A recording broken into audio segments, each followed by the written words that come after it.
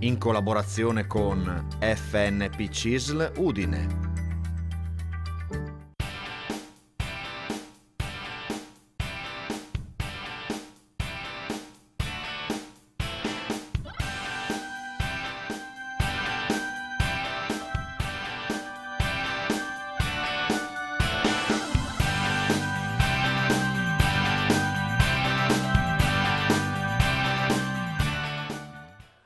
Un saluto, eccoci qua, un saluto ai nostri amici telespettatori, eccoci al consueto appuntamento con la rubrica Sportello Pensionati.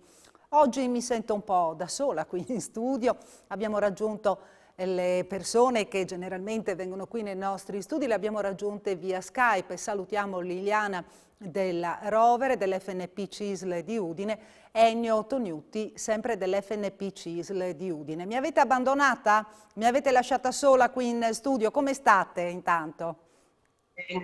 Bene, buonasera a tutti. Bene, buonasera. Ci stiamo allenando a restare isolati, ho l'impressione. Ah, ecco, quindi cominciate a prepararvi per il futuro.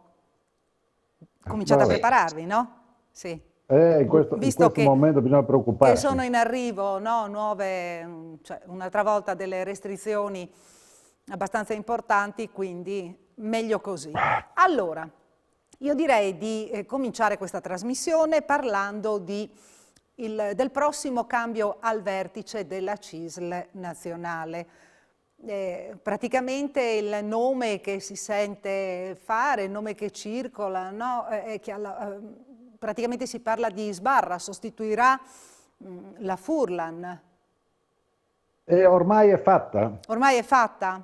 Ormai è fatta. Luigi Sbarra è stato eletto segretario generale della CISL a seguito delle dimissioni della Furlan, che si era impegnata a velocizzare anche il ricambio della cassa dirigente. Per il suo grande spirito di coerenza ha preferito lasciare qualche mese prima del congresso al vice segretario Gigi Sbarra.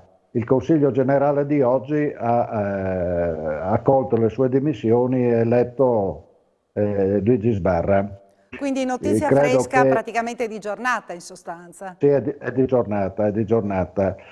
Sì, credo che sia opportuno ringraziare l'Anna Maria per quello che è riuscita a fare, quale prima donna segretaria generale della CISL, in questi 7 anni al vertice della grande confederazione sindacale. Un grazie di cuore e auguri per il suo futuro, e dopo qualche mese di riposo, come ha detto, speriamo che si applichi e si impegni in qualche altro settore. Che cosa si può dire di Luigi Sbarra? Ennio, scusami, che cosa si può dire di Luigi Sbarra? Allora, Luigi Sbarra ha iniziato la carriera sindacale fra i braccianti agricoli di Locri. Lui è dipendente dell'ANAS in distacco sindacale e ha cominciato a fare l'attività appunto fra i braccianti agricoli. Poi ha fatto la carriera confederale. Negli ultimi 2 anni ha affiancato la Furlan come vice segretario e quindi c'è una continuità in questo cambio. E soprattutto in questo momento è utile questa continuità, perché Sbarra si troverà a gestire tutti i dossier che sono sul tavolo adesso, che non sono semplici. È un momento particolarmente difficile in sostanza. Esattamente, cioè dobbiamo ripartire dal blocco dei licenziamenti, alla riforma ammortizzatori, politiche attive del lavoro, cioè è tutto in ballo, tutto sul tavolo. Quindi contiamo su questa continuità e sulla capacità di Gigi per portare avanti questo nostro ruolo. Comunque un bocca al lupo, perché non è un momento facile, non è un momento semplice, e ha dimostrato anche coraggio ad accettare questo impegno. Ecco, l'importante è che sia proprio una persona preparata, nel segno anche della continuità, visto che ha affiancato la Furlan in questi ultimi anni, no? Quindi... Certamente. Ha dato prova sul campo. Ecco, ed quindi anche ha dimostrato una grande sensibilità sia sui temi della contrattazione che della rappresentanza. Io lo ricordo ospite di una nostra iniziativa di FNP a Cividale del Friuli, quando abbiamo affrontato un tema importantissimo che ogni tanto ci dimentichiamo, che è quello dell'etica del mondo del lavoro. Ed è stato un incontro molto interessante e molto importante. Tra l'altro hanno partecipato molti studenti e in quell'occasione si è misurata la profondità anche del pensiero e dei valori di Gigi Sbarra. ecco, la prossima settimana ricorrerà la festa della donna. C'è un messaggio che gli uomini della CISL hanno preparato per questa giornata. Che cosa avete preparato? Non è solo degli uomini della Non è CISL, solo degli proprio il uomini, pensiero... però è bello sentirlo No, dare dagli sì, uomini anche questo messaggio. no, Anche c'è lo stato scorso anno lo abbiamo fatto. È scattato così un ragionamento di dire perché le donne devono autofesteggiarsi l'8 marzo da solo, perché devono sentirsi unica parte in causa sul grave problema della violenza, e quindi giustamente abbiamo detto, siccome siamo parte in causa è opportuno che in qualche maniera prendiamo posizione, quindi ne è nato questo appello che tra l'altro può essere firmato sul sito www.abbiamounproblema.it, che dice poche cose. Cari uomini, abbiamo un problema, credo che sia la prima affermazione. Il problema è la violenza maschile contro le donne e non possiamo più far finta di niente, perché siamo noi uomini violenti, non ci sono scappatoie. Il femminicidio è una violenza strutturale che ha radici profonde e tante facce. Il femminicidio è solo quella più estrema e più visibile. Vive nelle azioni quotidiane, nel lavoro, nella società, negli stereotipi, nella cultura, in famiglia e nel rapporto di coppia. La parità di genere perde di senso se si trasforma in un artificio retorico dietro al quale ci nascondiamo e ci mettiamo a posto la coscienza. Dobbiamo uscire dal torpore e dall'indifferenza dei nostri pensieri e delle nostre intenzioni. Come uomini dobbiamo metterci la faccia e rompere quel silenzio assordante nel quale siamo colpevolmente avvolti. Deve arrivare per noi il tempo della consapevolezza e della responsabilità e di una modifica radicale della società che è ancora profondamente patriarcale, sessista e maschilista. Io credo che la presa d'atto sia una delle cose più importanti e che sia l'inizio di un cambiamento culturale che faccia capire il non senso di certi comportamenti e di questi comportamenti che tuttora in alcuni settori e per alcuni aspetti sembra naturale. Ecco, non posso che applaudire questa iniziativa appunto dei maschi della CISL in questo caso. Un bellissimo appello, io penso che tutte le donne in questo momento stiano applaudendo. È vero Liliana? Sì, sì, sono proprio belle parole perché sì, per noi siamo veramente prese da questo discorso che è veramente sì, ottimo, Ma il è fatto portato che avanti anche. il fatto che parta Sì. proprio dagli uomini, no? Ha un significato molto forte.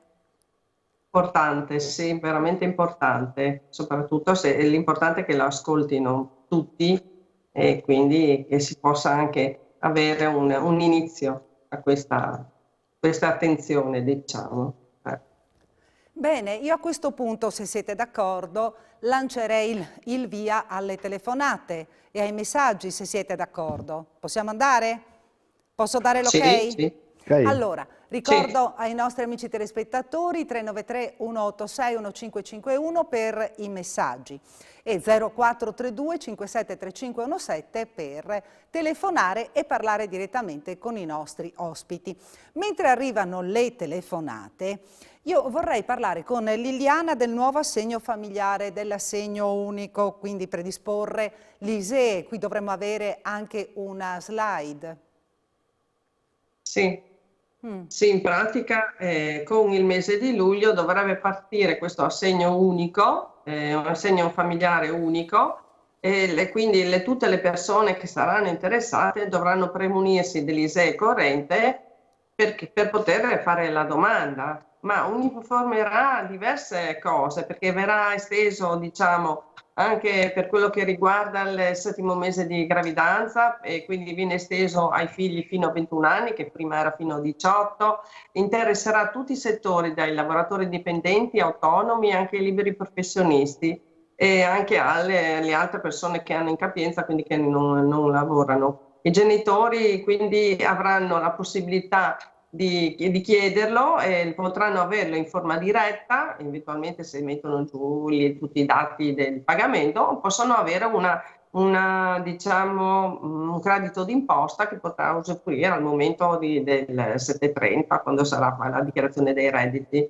Quindi è un passo importante, perché finalmente nella giungla degli assegni familiari si ottiene una cosa unica. Spero che sia molto molto più chiara di quello che è adesso tutta la giungla degli assegni familiari.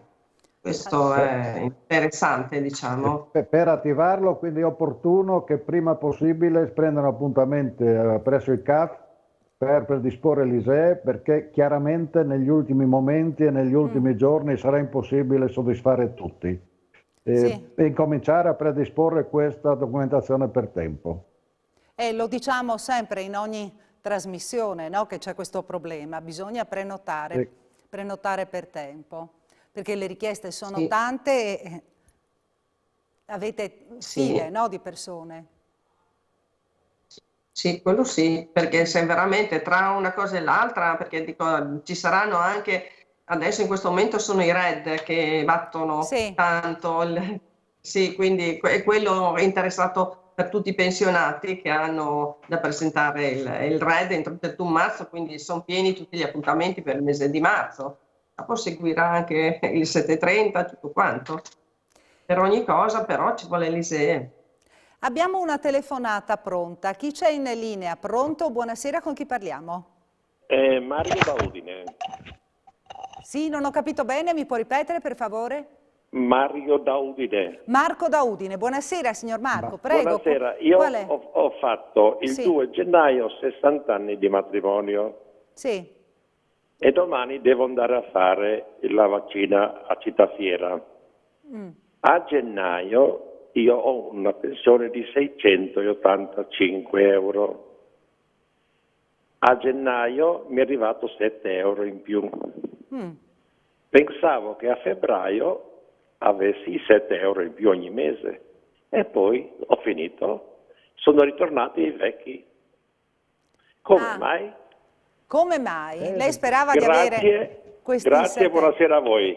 Allora, se lei rimane ancora a seguirci da casa, adesso ci facciamo una piccola pausa, quindi le daranno fra poco la risposta.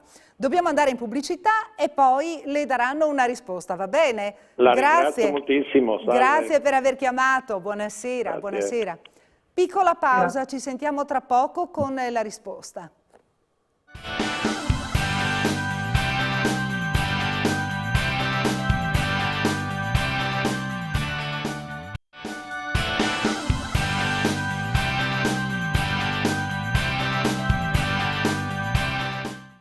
Ed eccoci nuovamente in studio. Vediamo, ci siete, dovete dare la risposta al signor Marco che ha telefonato da Udine. Si è ritrovato questi 7 euro in più, lui sperava di averli sempre e invece non ci sono più. Che cosa è successo? Se ti invita a cena gli spieghiamo perché li ha avuti.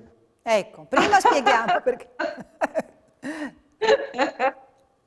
Allora, il discorso è questo, quest'anno non c'è niente di perequazione, però la perequazione a consuntivo del 2020 è stata dello 0,1%, quindi lui ha avuto un piccolissimo aumento del 2020, 12 mensilità del 2020, che è stato conguagliato nel gennaio 2021, però per il resto la pensione resta tale quale tutto l'anno. E gli è andata bene che non ha altre fiscali, diciamo, perché in questo momento tanti hanno debiti di fiscali. Se aveva problemi fiscali si mangiava tutto l'arretrato. Sì. di un anno. Quindi non può sperare di avere ancora ulteriormente. No. Prossimo Questo anno è- forse. Mi è arrivato Vedremo. anche un... Sì? Non ho capito. Vedremo, Ecco, sentiremo. vedremo. Abbiamo un'altra telefonata pronta. Sentiamo chi c'è in linea. Pronto? Buonasera, con chi parliamo? Buonasera. Buonasera. Allora, io sono Mian Giorgio di Campolongo Tapoliano. Prego. Volevo un'informazione perché dal 1° gennaio al 1° marzo mi trovo con 38 euro di pensione al mese di meno. Ah,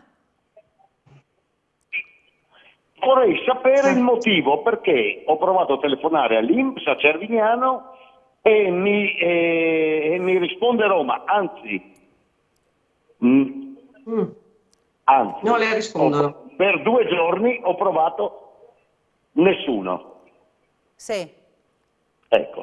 Beh, prima di tutto una informazione: se deve capire qualcosa le conviene passare ai nostri sportelli o a quelli del patronato che possono in qualche maniera capire o riuscire ad interloquire con l'INPS, perché direttamente è un po' improbabile.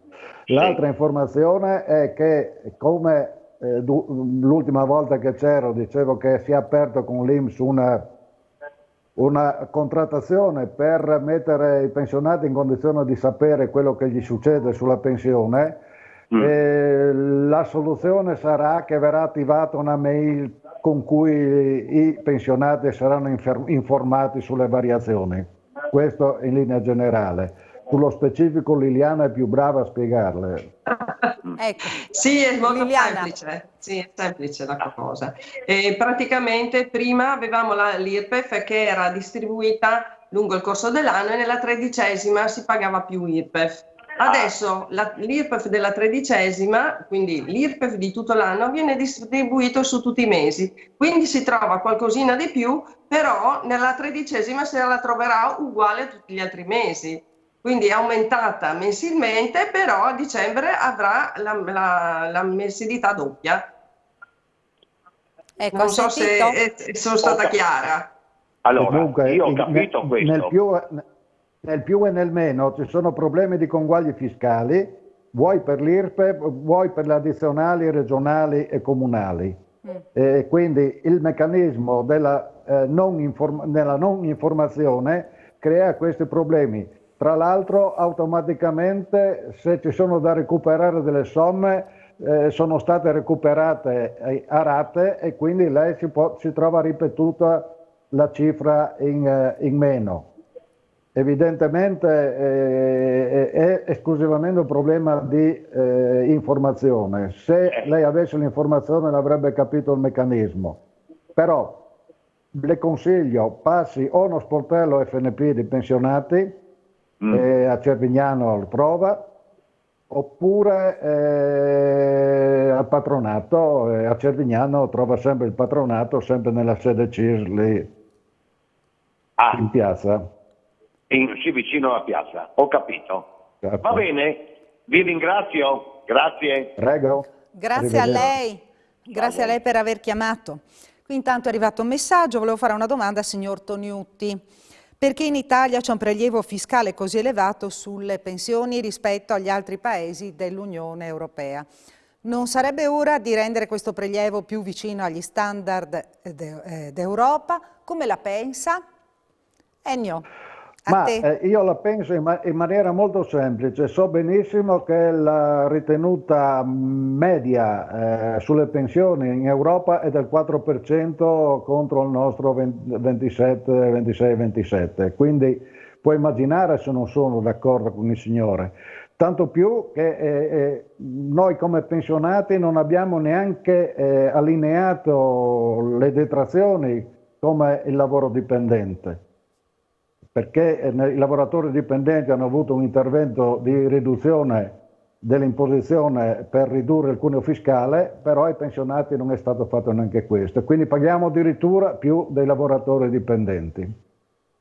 È una cosa assurda Però evidentemente per sostenere il fisco in Italia toccare qualcosa sulle pensioni vuol dire chiudere forse uno dei rubinetti in cui le entrate sono certe.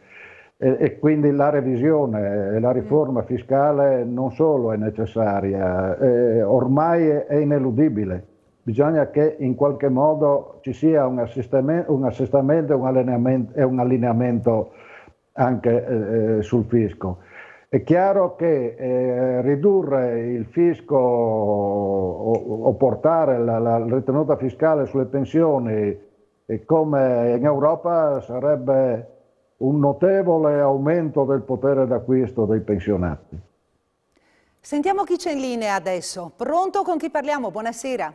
Pronto, buonasera. Sono Daniela da Basaldella. Buonasera signora Daniela, prego. Allora, senta, io ho un po' di anni che sono in pensione ed ogni anno mi è aumentato qualcosa. Con gennaio mi sono trovata 13 euro in più. Va bene. A febbraio me li hanno tolti, questi 13 euro. A marzo adesso mi hanno tolto ancora 3 euro della pensione che prendevo prima, che prendevo a dicembre. Vorrei sapere perché questi 3 euro me li hanno tolti. Vediamo se riescono a darle una risposta. Grazie, grazie. Grazie a lei per aver chiamato. Chi dà la risposta? Liliana? Va bene. Allora, i 13 euro sono il conguaglio, diciamo, del consuntivo del 2020, quindi 1 euro al mese per le 13 mensilità del 2020 si è trovato questi come arretrati, non aumento di pensione, ma bensì arretrati. Il mese di febbraio ho detto che ho trovato qualcosa di meno, quindi c'è gennaio l'addizionale regionale comunale, anche febbraio l'addizionale regionale comunale. Con marzo invece abbiamo anche l'acconto dell'addizionale comunale del 2021, quindi qualcosina di meno si è trovato anche a marzo. Invece quindi di trovarsi aumenti, lei si trova ovvero la pensione costante, si è trovata delle diminuzioni per le tasse, diciamo. Ma l'addizionale comunale non era anche a novembre, a settembre, a ottobre? No, l'acconto dell'addizionale comunale è solamente a marzo e a giugno, quello che riguarda l'anno, mentre costantemente c'è quello dell'anno precedente, l'addizionale regionale comunale che va fino a novembre, a dicembre non ce l'ha, quindi a dicembre lei si trova un altro importo. Perché guardi, l'anno scorso ho sempre preso quei soldi, tutto l'anno, e quest'anno mi tirano giù anche quei 3 euro. Allora ho detto, invece la roba cresce tutta, la pensione cala. No, non me lo dica. I dati dicono di no, ma la realtà è questa. È questa, Esatto. perché l'anno scorso prendevo tutto l'anno, ho preso quello stipendio lì e adesso mi calano ancora 3 euro, allora mi è venuta proprio da dire. Certo, beh, posso immaginarmi, perché insomma uno si vede decurtare gradualmente, no? Invece di vedere aumentare magari di qualcosina gradualmente, purtroppo. E la cosa peggiore, ripeto, è quello di non sapere il perché. Infatti, Questa è una cosa che è veramente perché. fastidiosa. E immaginare che tutti i pensionati abbiano il PIN, abbiano lo SPID, siano in grado ad aprire il cassetto previdenziale per capire perché quel mese così, quel mese colà, è una roba allucinante. Quindi cosa può fare la signora? Deve venire da voi a dare una controllatina? Per sapere esattamente il perché, se passa da noi, in qualche maniera può essere a conoscenza dei movimenti e delle variazioni avute nel periodo. Da voi, ma è da prendere l'appuntamento? Sì. Oppure... È preferibile, sì. Lì inviate a Baldoni? Un colpo di telefono, magari se non trova quello dell'FNP, trova quello del centralino della CISL, è tutto interconnesso. Cercherò di venire a vedere il perché. La ringrazio. Grazie a lei, Prego. signora, per Grazie, aver chiamato. Buonasera. Buonasera. Decesso di titolare di rendita INAIL per malattia professionale. Gli eredi devono fare qualche pratica, spetta loro qualcosa? Messaggio. No, non credo proprio che sia reversibile. La rendita infortunio al titolare, basta, non ci sono. Non ci sono altre cose da fare. Quindi aveva solo questo, nessun'altra pensione? E mi è scritto solo così? Solo così, non c'è Quindi scritto no, altro. non devono fare nulla. Non possono fare nulla, quindi non gli spetta nulla. No. Nulla. No. Allora, fra gli argomenti che sono in scaletta questa sera, il bonus asili nido. Beh, io credo che sia opportuno avvertire che si può cominciare a presentare la domanda di contributo per il pagamento delle rette per la frequenza degli asili nido, sia pubblici che privati autorizzati. Oppure c'è anche il contributo per altri supporti in famiglia, in casa, se ci sono dei bambini con meno di 3 anni affetti da gravi patologie. Ecco, quindi nel sito dell'INPS è aperto la funzione per farlo, oppure meglio ancora conviene farlo attraverso il patronato. E chiaramente è una domanda che va poi documentata con le spese sostenute. Il contributo quindi viene erogato solo con la documentazione quindi la cosa migliore resta quella di rivolgersi ai patronati. La misura è pari a 1.500 euro annui per i nuclei familiari con i ISEE superiore a 40.000 euro o sprovvisti di ISEE. 2.500 annui invece per i nuclei familiari con ISEE minorenni di 25.000 euro, 3.000 euro annui per ISEE minorenni a 25.000. Quindi le cifre sono abbastanza significative e sarebbe peccato che non fosse colta questa occasione e questi supporti importanti. Bene, ci facciamo un'altra piccola pausa, rimanete con noi.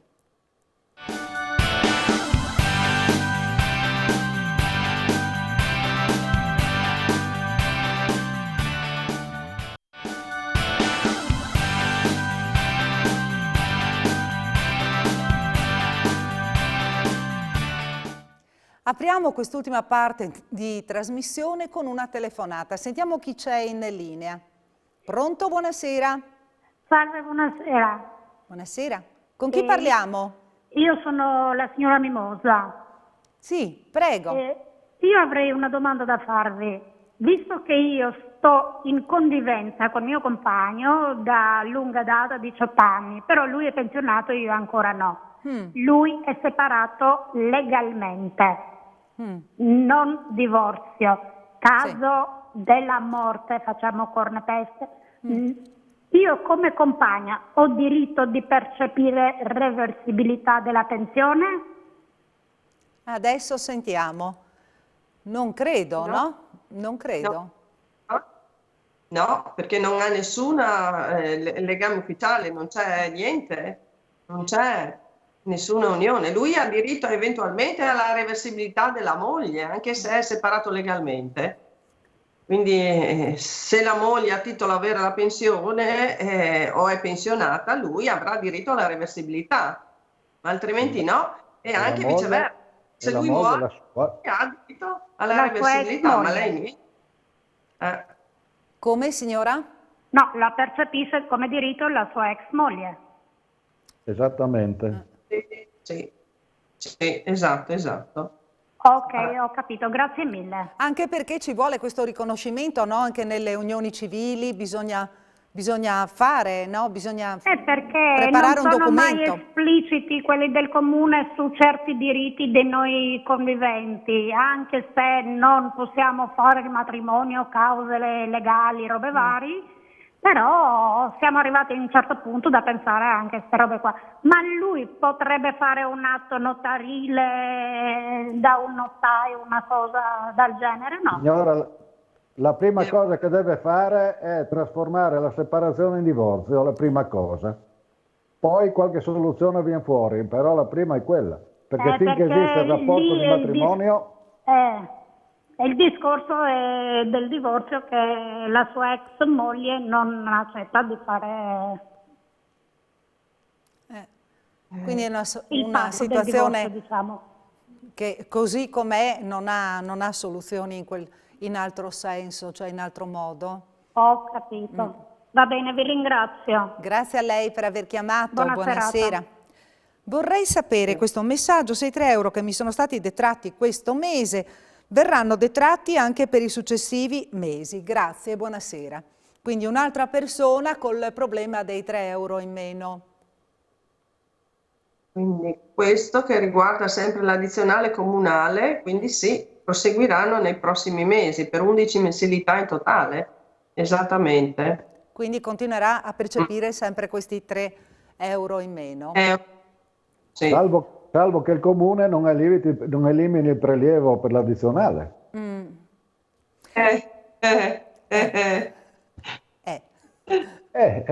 Federalismo fiscale, è così.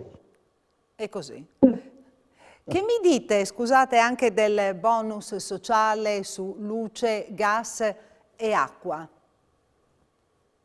Beh, la novità vera su questi benefici è che se per reddito viene applicato automaticamente. Nel momento in cui gli interessati fanno la richiesta dell'ISEE, se è sotto una certa soglia gli viene applicato automaticamente.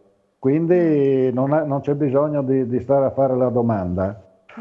Se invece è per situazioni di bisogno, deve essere fatta la domanda: qual è la situazione di bisogno? Se qualcuno ha l'utilizzo di strumenti medicali con grosso assorbimento di energia elettrica, per esempio, cose di questo tipo qui, deve fare la domanda corredandola da adeguata certificazione medica. Sono delle cose utili e soprattutto necessarie per tante famiglie. Mi pare che in Italia siamo su 1,2 milioni, 1,3 milioni di famiglie che non è in grado di pagarsi le bollette né dell'acqua né della luce né del gas. Con questo supporto in qualche maniera si può aiutare a sbarcare lunario anche alle famiglie in difficoltà.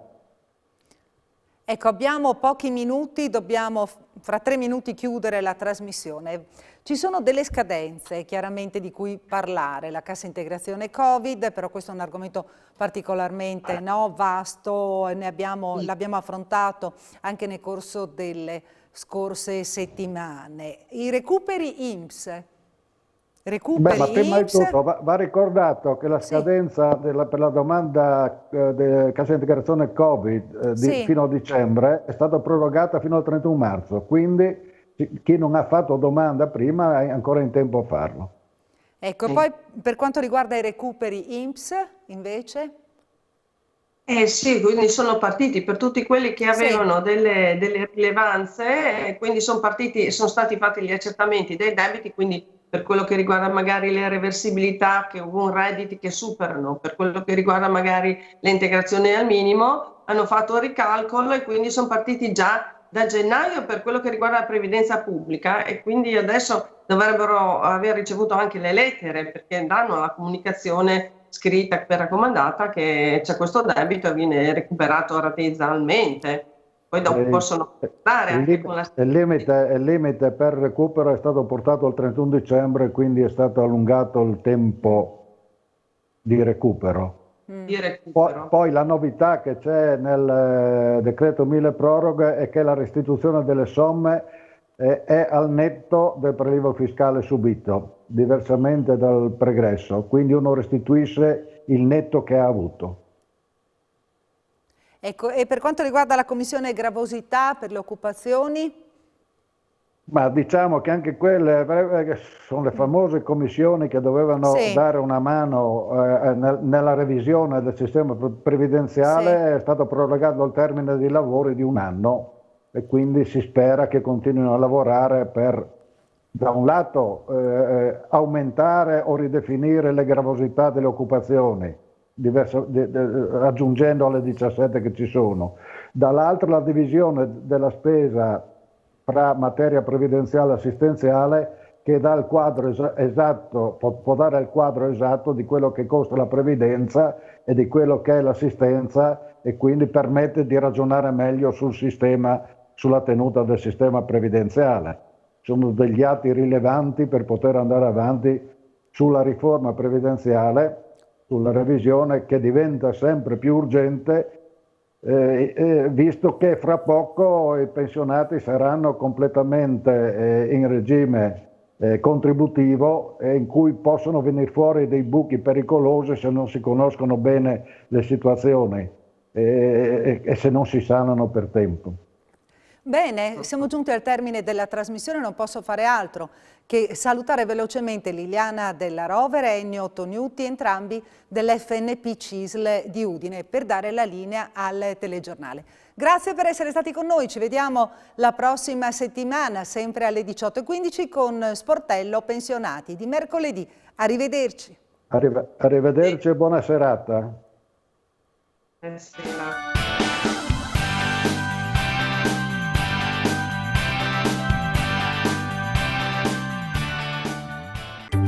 In collaborazione con FNP CISL Udine.